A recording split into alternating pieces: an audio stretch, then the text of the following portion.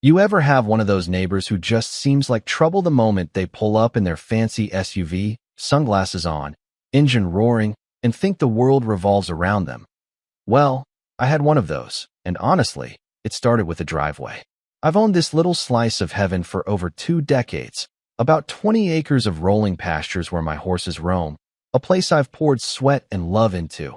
And back in 1998, I buried my own private water line 3 feet down, running straight from my well to the county main. It cuts across the corner of the land next door, maybe 200 feet, but all legal, all recorded, easement in the deed, the kind that guarantees I can walk on that part of the property to maintain it whenever I need. For more than 10 years, it worked like clockwork, no drama, just quiet mornings with coffee, checking the valves, making sure the horses always had water. Life was simple and steady, the kind you take for granted until Garrett moved in. Garrett. Oh man, Garrett. He was one of those flashy real estate types from Seattle, all charm on the surface, but sharp elbows underneath. Bought 15 acres right next door with plans to build a luxury equestrian estate. Flip it, make a quick buck. The first time I met him, I was out marking the easement with little flags, just my routine, and he rolls up in his blacked-out Land Rover, windows down, sunglasses on, that kind of grin that says he already thinks he owns the world. "What are you doing on my property?" he barked, and I swear, the tone alone could make a grown man flinch. I said calmly, "I'm marking my utility easement. My water line runs through here. I inspect it every year." He smirked like I was some pest. "I don't see any easement." I pointed to my deed, told him he could check with his title company, explained it was all legit. His answer? He revved his engine and snapped. "I bought this land free and clear. Whatever deal you had before doesn't matter. Move your flags." And just like that, he drove off, leaving me standing there wondering how someone could be so oblivious to, well, the law. I tried not to let it get to me, chalked it up to new neighbors adjusting, but 3 weeks later, trouble found me. One of my tenants called saying there was no water pressure. I checked my well, my valves, everything on my side. It all looked fine. And then I saw it. Garrett had poured a massive 8-inch thick concrete driveway right over my water line. No heads up, no call, just tons of concrete sitting squarely on top of my access point. I called him immediately, trying to stay composed. "Garrett, you paved over my water line. I can't access it for maintenance." And he just shrugged, said, "My contractor mentioned some old pipe. We worked around it. Your water should be fine." I told him, "You didn't work around it. You buried it under concrete." He laughed. "Sounds like a you problem. If your pipe breaks, dig somewhere else." And then, like a punch in the gut, he snapped. "Then sue me." I'll admit, I sat there on the porch after that call, just staring at my pastures, the horses grazing, thinking, how does someone get so entitled? The law was supposed to protect me, but Garrett clearly thought that possession was the same as right. That night, I called Catherine, a lawyer I'd known by reputation, 35 years in property law, no-nonsense type. She listened, pulled up the deed, looked at that easement, and said, "He's dead wrong. You've got clear legal access, and he's obstructing it, probably damaged your line too." It felt like a flicker of hope after weeks of tension. I had to act fast because my horses depended on that water, and every day without it cost me money hauling water in tanks, about $400 a day, plus stress that made sleep impossible. The stage was set, the players ready. I knew Garrett would fight. I knew he was the type to rant online about government overreach and how he's being bullied, but I also knew the law was on my side. And somewhere in that mix of anger, disbelief, and quiet determination, I realized this wasn't just about water or concrete. It was about standing up, proving that no matter how flashy your SUV or loud your voice, you can't just bulldoze over someone else's rights. The next few weeks were some of the longest I can remember. People who have never lived on a ranch think water is just another utility bill, something that shows up every month and gets paid without much thought. Out where I lived, water was everything. Water meant healthy horses. Water meant keeping tenants happy. Water meant keeping a business alive. Every morning I woke up with that same knot in my stomach, wondering if the pressure had dropped even more overnight. At first, I tried to convince myself maybe Garrett would come to his senses. Maybe one of his lawyers would explain what an easement actually was. Maybe he and Oppos realized that spending a few $1,000s removing part of a driveway was better than dragging everyone through court. That never happened. Instead, he doubled down. A week after our first confrontation, I spotted him standing near the property line while contractors were landscaping around his new driveway. He waved me over with the confidence of a man who believed he and Opos D already won. End quote. Beautiful, ISN and Opos. T it? End quote. He said, gesturing toward the fresh concrete. I looked at the driveway and then at him. End quote. You know that and Opos. S still a legal problem, right? End quote. He laughed. End quote. No, it and Opos. S your legal problem. End quote. I remember staring at him for a second, honestly wondering whether he actually believed what he was saying or whether he was simply too proud to back down. Then he leaned closer. End quote. You know what your problem is, Ethan? End quote. I didn't and Opos. T answer. End quote. You and Opos. VE been here too long. Guys like you think because you and Opos, VE owned land for 20 years, you own the neighborhood. End quote. I almost laughed at the irony. The man who had moved in 6 months ago was accusing me of acting entitled. I simply shook my head and walked away. There was no point arguing with someone who treated reality like a negotiation. Meanwhile, Catherine was moving fast. The moment she reviewed all the documents, she filed for emergency relief. Not because of the inconvenience, because of the risk. The easement was and Opos, T optional. It existed for a reason. If the line failed, we and Opos, D have no immediate access to repair it. And if there was already damage beneath that concrete, every day we waited could make things worse. The county inspector reviewed the situation. Surveyors confirmed the location. The paperwork was airtight. Yet somehow Garrett acted as though the entire legal system was just another obstacle he could buy his way around. Then things got worse.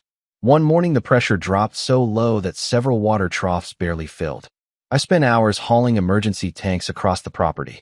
The horses were fine, but the situation was becoming unsustainable. $400 a day, day after day, week after week.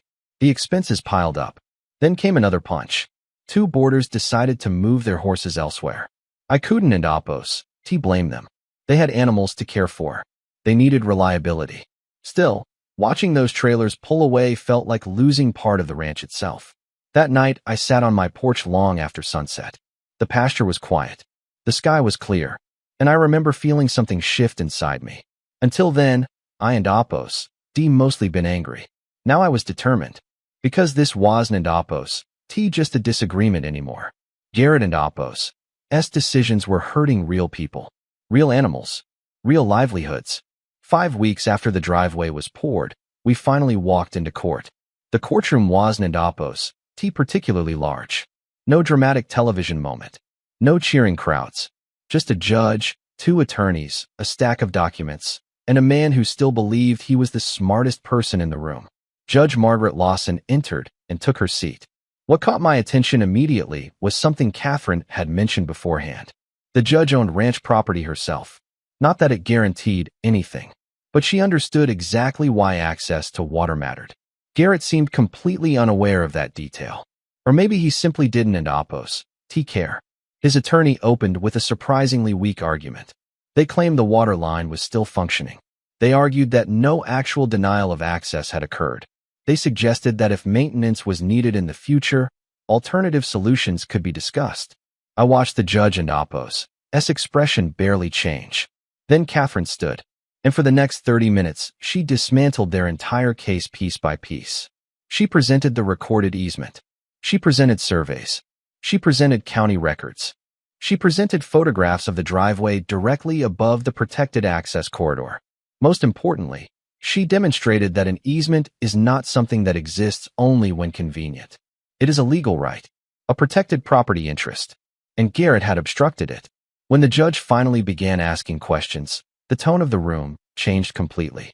She looked directly at Garrett. End quote. Did you know this easement existed? End quote. He hesitated. Not a great sign. Then he said something I and Opos, LL never forget. End quote. I didn't and Opos, T think it was enforceable. End quote. The silence afterward was almost painful. The judge slowly lowered her glasses. End quote. On what basis? End quote. Garrett shifted in his seat. End quote. My attorney told me possession carries significant weight. End quote. Even Catherine looked slightly amused. The judge did not. For the next several minutes, she explained something that everyone except Garrett apparently already understood. Owning property does not erase recorded easements. You don and oppose. T get to ignore them because they and oppose. Inconvenient. You don and oppose. T get to bury them beneath concrete. And you certainly don and oppose. T get to decide unilaterally that they no longer exist. Then came the ruling. Clear. Direct. Immediate. The easement was valid. The driveway constituted a complete obstruction. Garrett would have 21 days to remove the affected section of concrete and restore full access. Failure to do so would authorize me to remove it myself and recover all associated costs. Additionally, damages related to lost income and restricted access would remain under consideration. I felt 20 pounds lighter. For the first time in weeks, it felt like common sense had finally entered the room. But Garrett wasn't oppose. T done embarrassing himself. His attorney quickly suggested a compromise. They proposed installing maintenance panels into the driveway. Access hatches. Little openings that could supposedly be used if repairs became necessary. The judge shut that idea down immediately. End quote. Easement rights provide full access. End quote, she said. End quote. Not trapdoors. End quote. Even now, years later, I still remember the look on Garrett and Oppo's face. It was the first time I and Oppo's seen genuine panic. Not concern. Not irritation. Panic. Because deep down he finally realized something. This wasn't Oppo's TA negotiation. This wasn't Oppo's TA business deal. And this wasn't Oppo's TA situation where he could simply outspend the other side. The law had spoken. The only question left was whether he would listen. As it turned out, he had absolutely no intention of listening at all. And that decision would end up costing him far more than the driveway ever did. If you think the court ruling humbled Garrett, you and Oppo's be giving him way too much credit. The man had just been told by a judge, in very plain English, that he needed to remove part of his driveway within 21 days, and somehow he still acted like the rules applied to everyone except him. The first week passed. Nothing. The second week passed. Still nothing. No contractors. No permits. No demolition crews. Not even an attempt. Meanwhile, Catherine kept checking the timeline. Every few days she and Oppo's call and asked the same question. End quote. Any movement over there? End quote. End quote. Nope. End quote. By day 18, we both knew exactly what was happening. Garrett wasn't Oppo's planning to comply. He was betting that somehow, some way, I and Oppo's lose patience, run out of money, or simply decide it wasn't Oppo's worth the fight. The funny thing about people like Garrett is they often mistake kindness for weakness. I and Oppo's spent most of my life avoiding conflict. I and Oppo's rather fix a fence than argue with someone. I and Oppo's rather shake hands than file lawsuits. But once I commit to something, I don and Oppo's quit halfway through. And neither did Catherine. On the morning of day 22, I pulled into the property line just after sunrise. The air was cool. The grass was still wet with dew. And parked nearby were 3 vehicles Garrett probably never expected to see. A concrete removal crew, a county water inspector, and Catherine, standing there holding a copy of the court order. The sheriff and Oppo's department had already been notified in advance in case things got ugly. Everyone was prepared. Everyone except Garrett. The crew got to work almost immediately. The first cut into that driveway echoed across the property like a gunshot. Chunks of concrete started breaking apart. Dust rose into the morning air. And for the first time since this whole mess began, I felt completely calm. Not happy, not vindictive, just calm. Because at that point, nobody was taking revenge. Nobody was getting even. The court had made a decision. We were simply carrying it out. About an hour later, a black pickup came flying down the driveway. I knew who it was before the truck even stopped. The driver and Oppo's door slammed. And out came Garrett, red-faced, furious, yelling before he was even halfway across the yard. End quote. What the hell do you think you and Oppo's redoing? End quote. The crew kept working. Nobody even looked up. That somehow made him angrier. He stormed toward me. End quote. You and Oppo's redestroying my property. End quote. I remember reaching into my folder and pulling out the court order. Then I handed it to him. End quote. You had 21 days. End quote. His eyes scanned the pages. End quote. You can and Oppo's do this. End quote. End quote. Actually, end quote. Catherine said from behind me, end quote. He can, end quote. For a moment, Garrett looked like a man searching desperately for an exit that didn't exist. Then he started blaming everyone else. The judge, the county, his attorney, the surveyors, the previous property owner. Pretty much everyone except the person standing in the mirror. The demolition continued for 2 full days. And that when we discovered something important. The concrete hadn't just blocked access. It had damaged the water line. 3 separate stress fractures had developed beneath the driveway. The weight of the concrete and improper installation had put pressure on the pipe for weeks. The county inspector documented everything. Photographs, measurements, reports, all of it. In the end, nearly 60 feet of pipe had to be replaced. When I saw those cracks exposed in the trench, I actually felt relieved. Not because the repairs were expensive, they were. Not because the process was enjoyable, it wasn't but because it confirmed what I and been saying from day one. This wasn't some technicality. There was real damage, real consequences, and real costs. After the repairs were finished and the easement fully restored, I thought maybe that would finally be the end of it. I underestimated Garrett one last time. A few weeks later, he filed a lawsuit against me. Yes, against me. His claim was that I and damaged his property by removing the driveway. The same driveway the court had ordered removed. At that point, even Catherine had to laugh. When we showed up in court again, the judge didn't waste much time. The case was dismissed. Then came the financial reckoning. Every hauling expense, every repair invoice, every legal fee, every documented business loss, everything was added up. The final judgment came to $67,000. I still remember hearing the number, not because I was celebrating, but because of how unnecessary it all was. This entire situation could have been avoided with one phone call, one conversation, one decision to respect someone else and rights. Instead, pride turned a manageable problem into a financial disaster. But wait, it gets better. Garrett appealed. Of course he did. Because admitting defeat apparently wasn't an option. Months later, the appellate court reviewed the case. The result? They upheld the original ruling. Completely. Then they added another $9,000 in appellate costs. By the time everything was finished, Garrett had lost nearly $76,000. Over a driveway he never should have built in the first place. The strangest part came afterward. For sale signs eventually appeared on his property. Construction slowed, then stopped. Within a year he was gone. I haven't seen him since. Sometimes people ask me whether I felt satisfied watching all of that happen. The truth is, satisfaction isn't really the right word. What I felt was relief. Relief that the ranch survived. Relief that the horses had water again. Relief that the law actually worked the way it was supposed to. Because at the end of the day, this story was never about winning. It was about protecting something I and spent decades building. And if there and one lesson I took from the whole experience, this. There are people who think confidence can replace facts. People who think money can replace responsibility. People who think ownership means they get to ignore everyone around them. Most of the time, reality eventually catches up.